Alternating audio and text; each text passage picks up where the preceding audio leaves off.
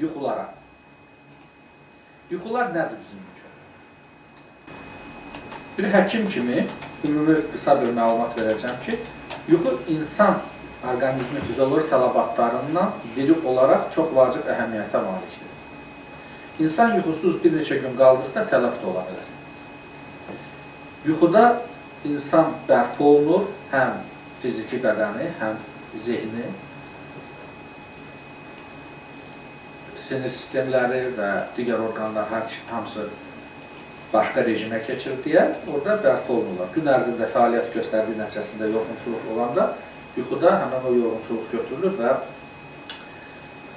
insan özünə gəlir. Yuxuda insan yatarkən gecə vaxtı beyində bir balaca vəz var. Ona deyirlər məməyə bənzər vəz. O vəz çox vacib bir hormonu ifraz edir. Melatonin. Melatonin vəzi hormonu insanın həm stresdən qorunmasına, həm qocalıqdan qorunmasına, həm immunitetin qaldırılması üçün çox vacib əhəmiyyətə malikdir.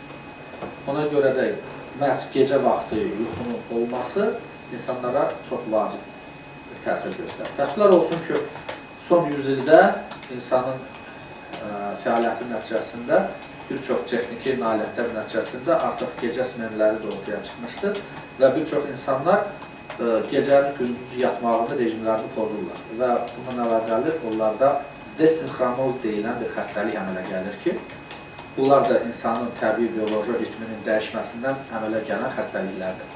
Bu desinxronozda nəticədə insanın xroniki yorğunluq sindromları gətirib çıxardır ki, bu da özünü apatiya, yorğunsuzluq, çarəsizlik, depressiya və digər kimi simptomların özünü büruzə verirlər.